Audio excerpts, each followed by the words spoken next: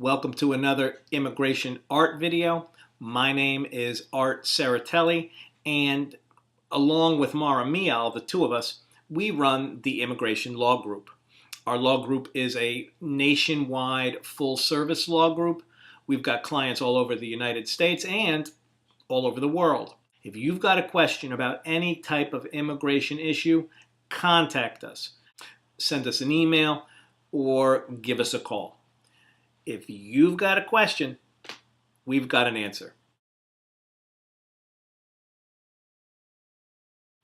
Today's video deals with the topic of showing up in America. How do I do it? We get emails all the time from young people. I mean young kids like in middle school or high school. Hey, Art, how can I just come to America and get permanent residency?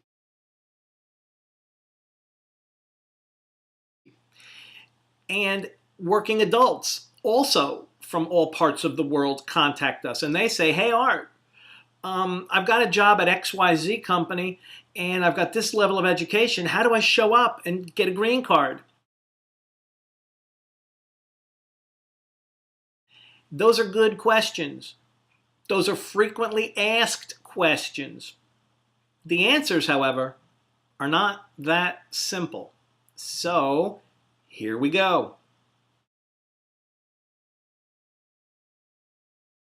Concept number one. It is rare that you can just, quote, show up and have a green card and permanent residency. Permanent residency is another way to say green card. Green card and permanent residency, they're both another way to say immigrant status. They all mean the same thing. You're leaving your home country and you want to stay permanently in America. I have a separate video on 5 ways to get permanent residency. Concept number 2. If you're in another country outside the United States and you just want to show up and come in with permanent resident status, that means you would have had to have gotten an immigrant visa at the United States Embassy before arriving. The only way you can do that, again, check out that video about the 5 ways to get a green card or an immigrant visa. The immigrant visa is only going to be issued to you if you've married an American citizen, if you've been waiting for years and years and years in your home country because a relative like a sister or a mom or a dad, somebody sponsored you, a relative, but that's a relative, not your spouse, or if you won the diversity green card lottery, or if you're waiting overseas for a green card based on a job. And that takes a long time too. Sometimes a couple years, sometimes 10 years. So it's rare to just show up with a green card. Let's talk about the way it normally works. Concept number 3. Basically, you need to get to America in a lawful way. And there's 2 popular ways to do this. One is if you're a student coming to America to study from overseas. And the other way is through a job, through an offer of employment. Now, there are other ways, like, for example, you can come here as a visitor, and then while you're here, you change your mind and you want to enroll in college. Then you go from visitor, temporary beachhead, temporary holding pattern, to F1 student. Or another way, you come in as a visitor and you meet a nice young man or a nice young lady and you're in love, and then you go from thinking, I was only coming here to visit, to, well, I'm a human, I'm allowed to change my mind. I know I wanted to only visit when I crossed the border, but now I fell in love. I am crazy nuts in love. I'm going to get on a plane from Wichita, Kansas, where I met my true love, fly to Vegas and get married by a minister dressed as Elvis Presley. But let's forget that for right now. Let's forget that and let's focus on, first, coming here temporarily as a student. Let's do that. Concept number 4, coming to America as a student. The student status, and I really mean it, it's a humbling experience to be contacted by young people in grade school. They're in 7th, 8th, 9th grade. I get emails all the time, and I want to help. And if the kids are thinking this long term, God bless them. Here's the story. You come for college or for high school as a student. The problem is you need money. In America, money, money, money, money. So if you can afford to come here as a student, do it. How does that work? How do you get the temporary student visa to establish your base of operations, your beachhead, from which you then enter the U.S. immigration system on your way to a green card? How do you do it? 1, you get accepted to a United States educational institution. If you want to go to high school, find a program in your country that gets you the F1. Don't get a J. Please, no J. And if you get a J, call me first before you sign on the dotted line. A J, if you do it wrong, a J can mess up your life. So get an F1, get one through some agency or some program in your country, come for high school. Or go to an international study abroad fair and come for college. The school or the agency will get you the paperwork you need to then take to the American embassy to get the visa for student, F1 student visa. Okay, so you come in and you study.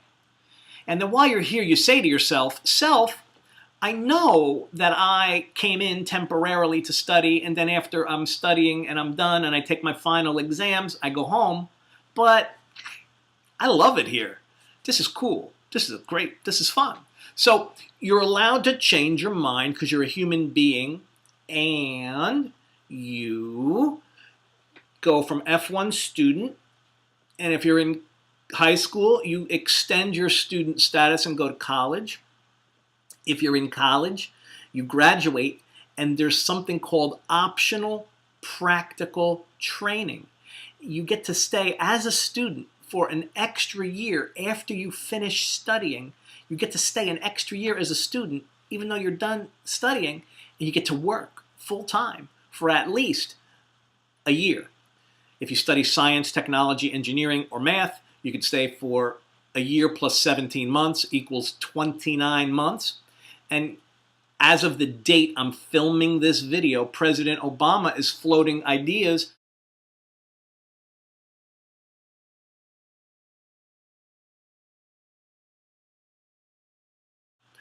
so who knows?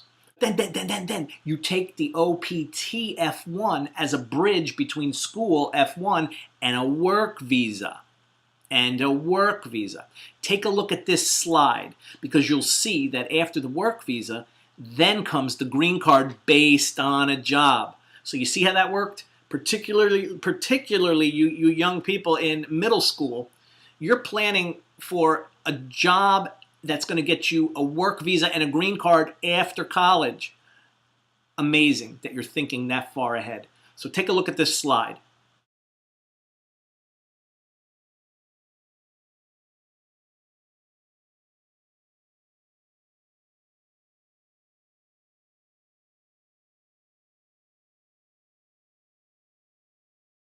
Okay, for all you students out there, can you just show up in America with permanent residence? Unlikely. What do you have to do? It's a sequence of events. You come in as an F1, go to high school. Or come in as an F1, go to college. If you came in as a high school student, you get an F1, you go to college.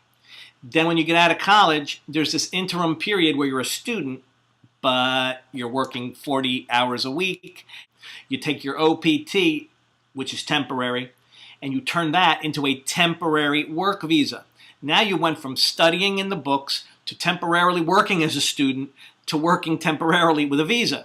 And then based on that job, you get the green card. and all the resources in America will help you get a job. You got a better chance of getting a job if you've been in our society using the resources available here.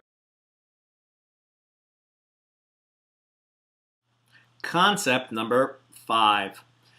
Pretend you're an adult working overseas somewhere and you want to come to America based on employment. You're a married man or a woman. You can't marry an American because your spouse doesn't let you go out on dates, correct? And maybe you have children. So you're coming as a family or you're coming as a single person. Either way, but you're in business and you've been to college. So what you've got to do is come to America based on a job. Now let's look at that slide again I showed you earlier. Okay, because we're now talking about coming here directly for work, in this slide now, just focus on the work visa to green card transition and focus on the box in the lower right-hand corner. The box in the lower right-hand corner shows you all the work visa choices you have. You pick one of those that's appropriate for your job offer. And with that visa, you then show up in America in the right status for the job offer you're arriving with. Okay, now that slide shows you the grown-up coming to America starts with the work visa. That's where you start. And that's why I've got all those purple choices for work visas listed there. Because there's a lot of choices. There's a lot of choices, and don't get hung up on this lousy, no good H-1B that's limited by a quota.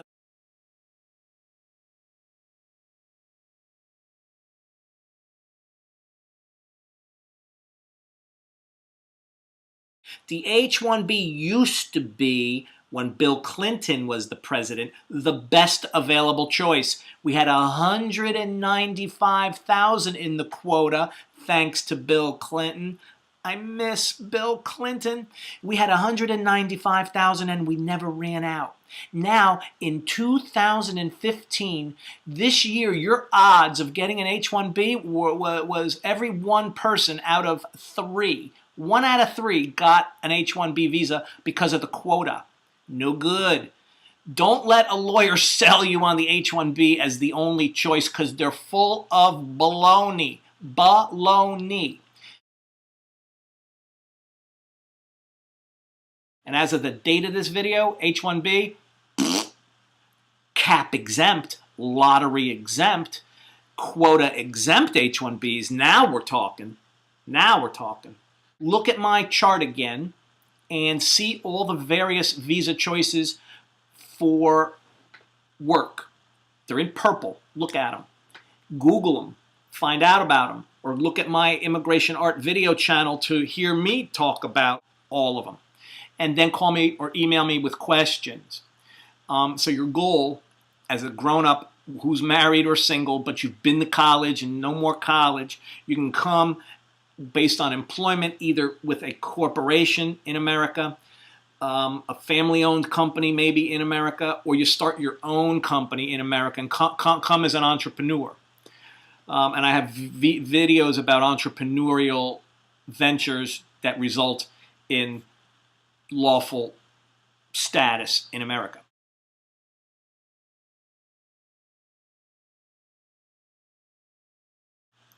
That's basically the message today.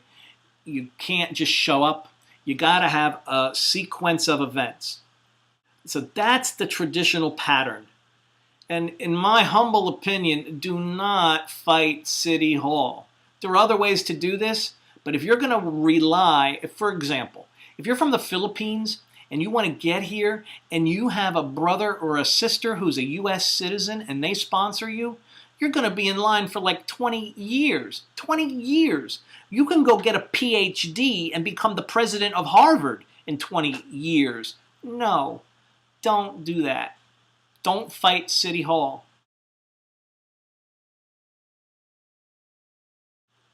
Give us a call.